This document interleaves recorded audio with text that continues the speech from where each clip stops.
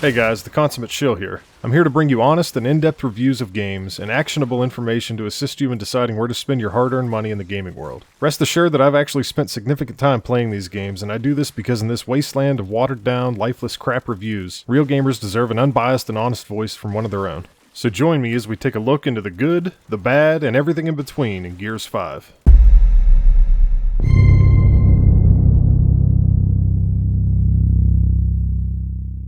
Gears 5 is developed by the Coalition and published by Xbox Game Studios and is available on PC and Xbox One. The game is a sequel to Gears of War 4 and dives into the origins of the story of Kate Diaz, who first appeared in the fourth installment. Now before we get started, I played the game on PC, and this review will largely encompass the co-op campaign, and the other multiplayer modes will just be briefly touched on. If you're interested in purchasing this game with no intention of touching the campaign mode, this probably isn't the review for you. With that said though, to purchase Gears 5 and miss out on the campaign experience, particularly alongside a friend in co-op, would be a tragic decision to say the least. Most everyone knows what the Gears franchise is about here in 2019, so I'm going to forgo elaborating on the game's structure. There's a lot of the same types of stuff here with a ton of new goods sprinkled in. From over-the-top action sequences aplenty, to an assortment of inexplicable bugs that will drive you to consider self-check-in at the psychiatric ward. I invite you to sit back, relax, and enjoy yourselves as we explore how, when a developer continues to build on what they do best, pulse-pounding, white-knuckling, unadulterated warfare, when done right, can carry a game through a few very unfortunate deficiencies.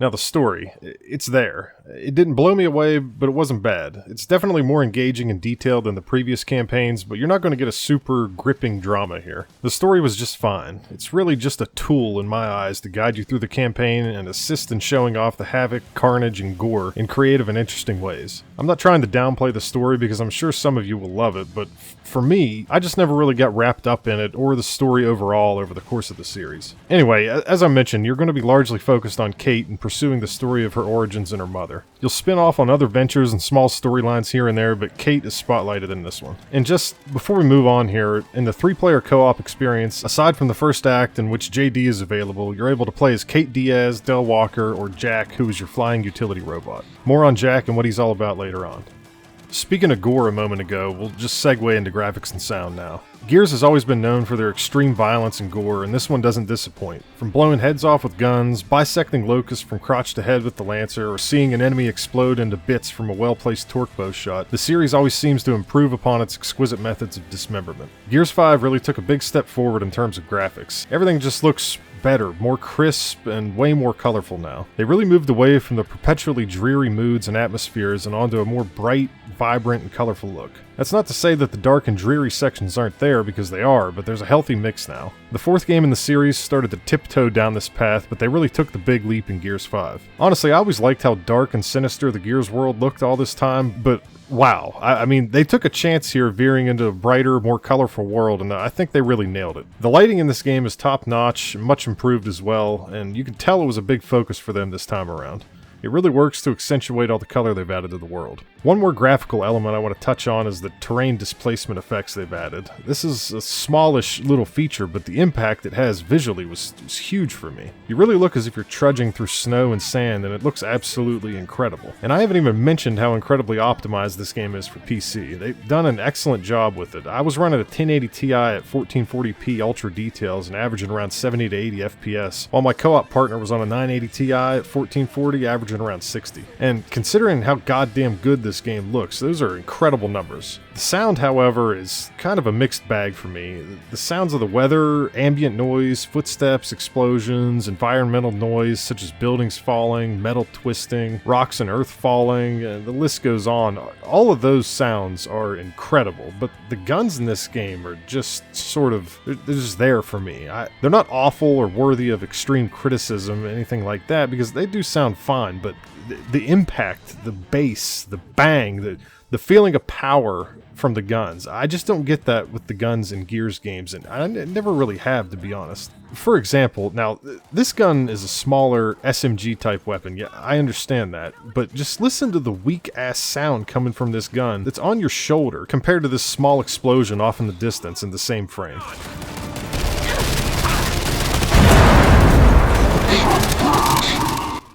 And for me, that's true with the majority of the guns in this game sound-wise. I just don't get the feeling I'm firing a powerful, cog-worthy weapon. Of course, the Hammer of Dawn, on the other hand, is a spectacle as always. That just means more for us to blow! I got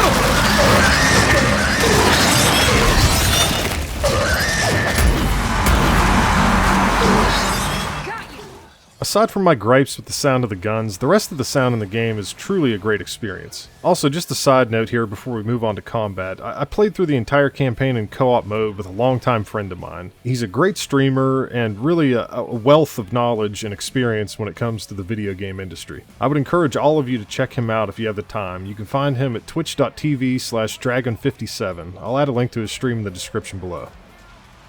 Now, obviously, combat is of utmost importance in a shooter, especially in a title like Gears that has discernible combat-centric focus. Whether you've ever played a Gears game or not, you've at least seen a trailer or gameplay video over the years showcasing the cover-based third-person, high-action shooter style synonymous with the series. The game has evolved considerably since its inception in 2006, but most of the core mechanics and ideas from the original still resonate with the Gears of 2019. Before we go any further, I just want to note that the game has 4 difficulties in campaign mode: beginner, intermediate, experienced, and insane. Each player chooses their own difficulty setting, and the entirety of our playthrough was completed on experience for all players involved. Experienced offered a really healthy challenge, and we wiped during the campaign several handfuls of times. Big damage and large amounts of enemies are thrown at you in bunches, and we all agreed that the experienced setting felt just right for us. It took close to 20 hours from start to finish. Actually, I'll say about 17 to 20 hours, just to account for possible errors in my calculation. It's a much larger campaign than the series usually receives. All the weapons from the previous game are present in Gears 5 with a few new additions. The Claw, which resembles an LMG, the Cryo Cannon, which is a new heavy weapon that, well... Hey, check your aim! It's a cool idea, but it's pretty situational. There's one boss fight that's done actually really well to introduce you to it. And you have the Breaker Mace. The new weapons are all pretty creative and all have their place. I wasn't a big fan of the Breaker Mace or the Cryo Cannon, to tell you the truth. I never really found an efficient use for them in the campaign with the amount of enemies you're constantly fighting. They make for awesome enemy weapons, though. My personal favorite of the new weapons was the Claw. The 100-round magazine and seemingly random malfunctioning fire rate was a cool touch. Your fire rate will start to degrade at random intervals, and you have to cease fire to sort of let the weapon reset to regain the full rate of fire.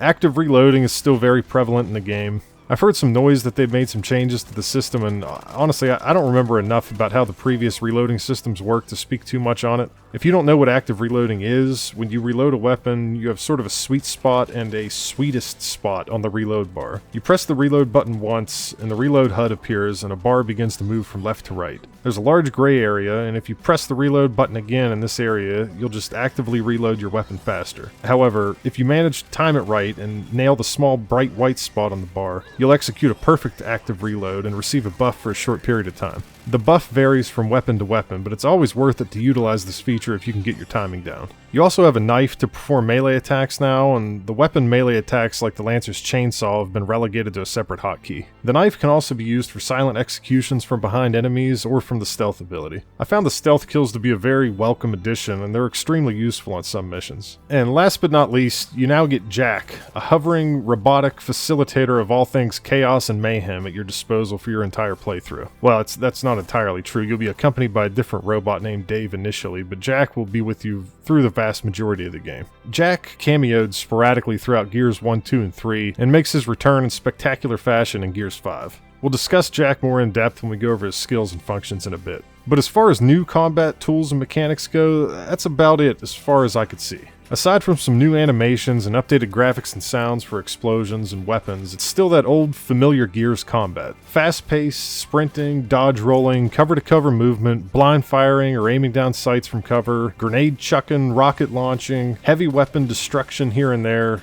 Guys, it's Gears. If you like this style of shooter, these guys are one of the fucking OGs, man. They didn't create the cover-based shooter, but they sure as shit perfected it. As always, the combat is good. It's really good.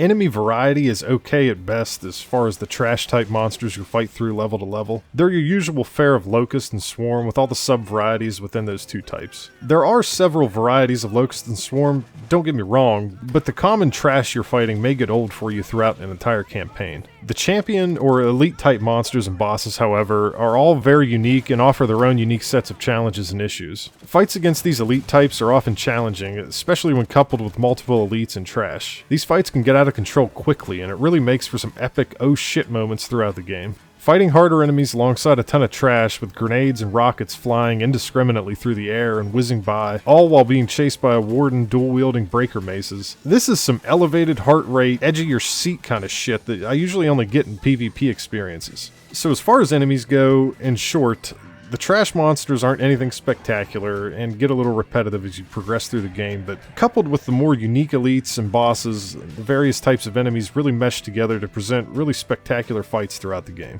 One thing I will add that became very annoying for me were the swarm flocks. They're a new enemy type in Gears 5, and the first couple times you encounter them, they seem challenging and they're pretty cool, but as they keep getting thrown at you repeatedly as the game goes on, it became just really very annoying and downright boring if I'm honest. Some of the enemies in the game are bullet spongy. That's just a fact of Gears throughout history, but these things take it to a different level. Zipping around the screen, shitting leeches out at you periodically, and my good god, if there are two of them, you better hope you have a significant amount of ammunition. I remember my co-op partner and I panicking during one of these fights because we were both running on fumes ammo-wise and we had started the fight completely full. They take forever to kill and really don't present a significant challenge either. They're just a boring ammunition drain. I really can't overstate how much I dislike this enemy type.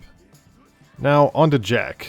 Your little robotic compadre is by far the largest addition to the game when it comes to actual gameplay mechanics, and along with him comes a fairly robust skill system that affords you an incredible amount of utility in combat. Before we get into what Jack is all the noise about this new skill system and how it's added an RPG feel to the game, this isn't even close to anything you would see in a fleshed out RPG's customizable skill or talent system, so don't get too excited about the vast amounts of customization some people are claiming. That being said, the skill system does work well in the game, and it's done well for what it is. You'll have to find upgrade components that are scattered throughout the world, which you'll spend to unlock various different upgrades for active and passive abilities alike. These components are found in packs of 1 to 5, and they are everywhere. You'll be finding and looting these things at a very high rate, so don't bother hoarding them waiting to decide what abilities to upgrade. Just spend the components on whatever sounds interesting or beneficial. As far as your active skill abilities go, you'll unlock these as the story progresses, and some of the ability upgrades even work this way. You really get a constant feeling of progression and meaningful upgrades as Jack increases in power throughout the game. His abilities are as follows. Pulse, which scans the area for enemies and marks them on your HUD. Flash, which works like a flashbang. Jack will fly to an enemy, flash them, and they'll be stunned for a short period of time and unable to use cover. Stim, which allows you to run through hazards and gives you bonus armor. Shock Trap.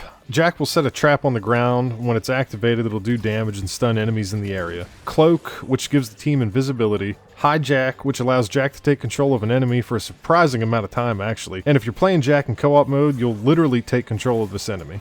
Barrier, which gives the team an energy shield, and as I mentioned before, there are several passive talents you can invest components in that buff Jack in various ways. All of the abilities have their place in the campaign, and some are so useful you'll start to sweat when they're on cooldown. Hijack and Shock Trap in particular are very good. A well-placed hijack on an elite unit can turn the tide of an entire fight and really relieve some stress. You'll also eventually upgrade the Shock Trap to Shock Bots that, when the trap is triggered, little bots come out and seek out enemies and damage and stun them. This can be a lifesaver in many situations. Jack also has some innate abilities like his Zapper that electrocutes enemies. It's a legitimate tool and actually does a surprising amount of damage. He can also stealth at will, and you'll be using him to squeeze through air ducts and other sort of openings like that to go open inaccessible doors and solve various little puzzles in the campaign. The experience of playing Jack in co-op it's fine. It's certainly not as enjoyable as playing Kate or Dell, but it's different. It can be interesting, especially when you acquire Hijack, and you can actually control an enemy that's wielding powerful weapons. Jack, I mean, he's great. He really is, and it's a great addition to the game, I think. However, There was a bug during the co-op campaign that completely bastardized the upgrade system for Jack's talents and skills. There were several instances in which the talent tree just became entirely unusable. We couldn't upgrade skills, we couldn't swap to different skills, hell, we couldn't even see the skills in the menu, let alone make any adjustments. In some instances, this was fixed by a full restart of the game for both players, but oftentimes it was not, and it was a recurring issue. Even the few times it did finally work after relaunching the multiplayer game, the host was still the only one that could access the tree, which can't be by design. Now, if someone is actually playing Jack when this bug occurs, forget about it. At that point, the Jack player is the only one who has access to alter his tree, and when it bugs, you are just shit out of luck. You better hope the skills you currently have active are the ones you want to use for quite a while, because the bug, as far as we could determine, was entirely random. This was honestly just devastating to the experience as a whole after you get used to utilizing Jack and relying on his kit. I've never seen such an atrocious bug in a Gears title. I mean, don't get me wrong, you can press on and progress through the levels without the use of the skill tree, but fuck me, I just couldn't believe how badly broken this system was. There were also a couple points in the game where you come across a skill upgrade that's part of the story, and in order to progress through the next level, you have to loot and activate it. We had horrendous issues when we had a third man playing Jack when these interactions were required for progression. We would all have to leave the game, relaunch it with just two of us on Kate and Dell, and have the host loot the item and activate the upgrade, progress to the next level, then have the third man pop back in and continue on as Jack. I mean, with the budget this studio is working with, this kind of bullshit is shocking, to put it lightly. I'm not sure if they fixed any of this, as our gameplay was recorded during the first week of launch, but my god, if they haven't, just be prepared to deal with this mess if you're planning on playing the co-op campaign. The module, please. Anytime now. You guys want to install that module? I got a plane to catch. While we're on the topic of bugs, they didn't end with Jack, unfortunately. There was a mission, which I'm not going to get into too much detail to avoid spoilers, but you have to escort a robot through some relatively tight areas, and the son of a bitch kept getting stuck. We dicked around with this thing for a good 10 minutes or so, thinking we were doing something wrong the entire time. And to top it off, he just keeps talking shit to you the entire time about not following his directions. Just take a look at this. Do let me know when we can recommence our tour.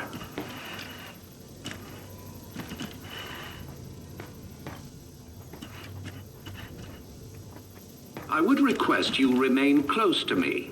I am your guide, after all. Again, we figured out a way around it, but this kind of crap shouldn't be happening in a $60 AAA title, especially one from a studio with this kind of reputation and resources. One last egregious bug that I ran into, we'd been playing for a couple hours at this point, and a new level loaded up. Out of nowhere, I lost the majority of my sound effects in the game. I was getting the in-game music and a random sound effect here and there, but that was it.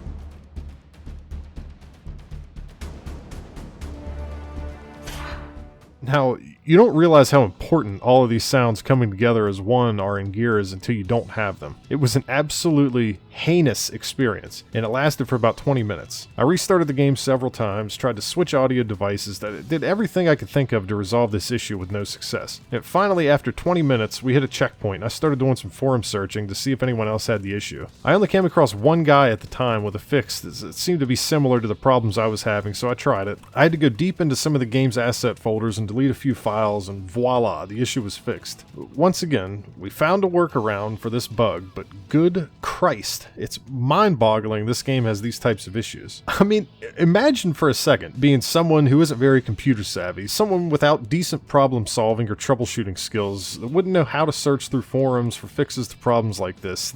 They'd be fucked. Plain and simple. This just goes to show you that the care and attention to detail required for a fully polished game at launch these days is still being neglected by even the largest and most reputable of studios.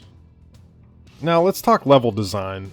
First off, the game is being hyped as having a more open world design, which that's laughable and couldn't be further from the truth. The only elements here you can call open world are a handful of side missions you come across while navigating your way to the main missions of the story. You can choose to do all or none of these missions and do them at any point in that particular chapter. It's not open world. I would describe it as linear with optional filler. Having said this, most of the side missions are worthwhile, and coming across an unexpected area that has interesting rewards is a nice touch. These open world areas are really just huge chunks of terrain you'll be traveling through on your skiff. The skiff is sort of a big sled with sails on it, and that's your lone vehicle for navigating through the empty, quote, open world. Truthfully, I thought the skiff was a really cool addition, and aside from just being a vessel for travel, there are some really good dialogue sequences that go on while you're skiing along between missions. Gears is an intense game, and to be able to sit back, relax, and enjoy some scenery and dialogue is a welcome feature that sort of works to let you decompress and rest that trigger finger between missions. The skiff can also carry up to 2 heavy weapons to your next mission area that will be available to use right from the start, which is another nice touch. Also, speaking of dialogue, the voice acting and cutscenes really are some A-list caliber stuff. This is nothing new for the Gears series, as they've always had high-quality production in terms of voice and video forever, but it's extremely well done in this one too. Marcus is done particularly well, and he instantly steals the spotlight in every cutscene he's in. Forget test fires. We need an actual target. If we're selecting targets, shouldn't someone with real military authority be here? It's Foz, right?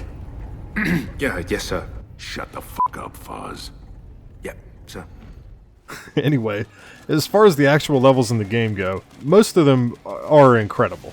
They are really good. The Coalition knows how to design a level, that's for damn sure. I don't recall a single level that I would have deemed as boring or not well done. Some are better than others, of course, but they're all very good and don't feel repetitive in nature at all. So yeah, the levels are designed in a linear fashion for the most part, but this style is just part of Gears. It is what it is, and it's fine, just like it's always been fine. The levels are big, and you're guided through a set path, but I never felt like I was being constrained or forced, if that makes sense. Linear doesn't always mean bad, and the series has proven that over and over again. One more thing, the addition of the cloaking feature is really awesome, and you can tell some levels were designed with utilizing stealth in mind. You really do owe it to yourself to go rogue at least a few times during the campaign. It far exceeded my expectations of what stealth play would be like in a Gears title.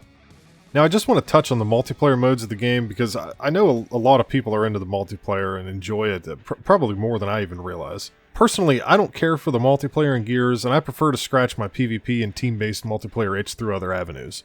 Available in Gears 5 are mostly returning game modes, including Arcade Deathmatch, Team Deathmatch, Arms Race, Dodgeball, Escalation, Execution, Guardian, King of the Hill, and Warzone. There are also 2 co-op versus AI modes now, including Horde mode, which that's been around quite a while. But the new addition to the multiplayer lineup, Escape, in which you and 2 other teammates will plant a venom bomb in a hive, then battle your way out, starting with extremely limited equipment as you attempt to escape to safety before the venom catches up to your party. I didn't mess around with Escape too much, but it's certainly interesting, and if you're hungry for more co-op gameplay after finishing the campaign, I think it's going to be a nice addition. Another new multiplayer feature is the introduction of ultimate abilities. Each one is unique to the variety of characters on offer, and I think they're only available in Horde mode if my memory serves me right. I think it's a good idea, and it's a nice extra dynamic to think about and use strategically in team play. You can really see the franchise starting to be brave and coming up with new ideas and branching out. Now the game did launch with a slew of microtransactions to many players' dismay, but fortunately most of the options are cosmetic only, and I really don't have a problem with that. As I stated before, I don't play much Gears multiplayer, but I do play lots of other multiplayer titles, and as long as the microtransactions don't offer a competitive advantage for extra dollars spent, I don't care how much people spend on them. If purchasing cosmetics makes you happy and you want to support the developers with more than the asking price, have at it. The only thing that could be considered to offer a competitive advantage is the ability to purchase experience boosts with real money. A lot of players are unhappy with that. It's understandable, I guess. I mean, paying $60 for a game and getting out-leveled at a rapid rate by those willing to spend more money than you has always felt like shit if you've ever went through it. However, this certainly isn't even near the worst of the microtransaction models we've seen, though, in my opinion. But if it concerns you, you should probably read more into it and draw your own conclusions. So, as I said, retail the game is $60 US. If you're only going to be playing the campaign, this price may not be worth it to you. But honestly, a 15 to 20 hour campaign experience, depending on difficulty, with the quality you get in a Gears game, $60 may be about right. If you're planning on playing the multiplayer modes as well, then you're easily going to get $60 worth out of this game. Also, let's not forget, the full game is available on Game Pass as well, so if you're only planning on playing through the campaign, I would strongly advise you to subscribe to Xbox Game Pass for PC for $10, play through the campaign, and call it done. This may not even be a bad option for the multiplayer experience either, if you don't plan on playing the game for more than a few months or so. I'll just say, being able to play through this entire campaign for $10 is a fucking steal. And as of today, October 14th, 2019, the introductory price of $5 for a month of Game Pass is still available. That is insane value if you're interested in this game. So anyway, you know, the couple bad bugs that were present for me, Jack's skill tree and that ridiculous audio issue I had, they were pretty bad, but in the end, we were able to work those issues out and finish the game without too much cursing and raging. Now, make no mistake, I am not giving them a pass on the bugs, but what I will say is, I thoroughly enjoyed my Gears 5 experience. The campaign had some jaw-dropping, absolutely electric moments that only this series can deliver, and it's the reason I always find myself coming back to Gears. If you're a fan of the series, or you're new to the series and just a fan of shooters in general, and you don't mind the third-person camera, I can all but guarantee you're not going to come away from this game disappointed, especially with the option to give it a shot for a month for $10. The Coalition has proved once again that this series is still very much alive, and they're still just as good at getting your blood pumping today as they were 13 years ago. So that's all I have for you today. I hope you enjoyed the review, and hopefully you learned something about Gears 5. Like and subscribe if you enjoyed this content and you'd like to see more content like it for other games, and let me know what you thought about the video in the comments, or what you'd like to see in the future. And thanks for watching. Hey! Whoa, it's us! We, brought company.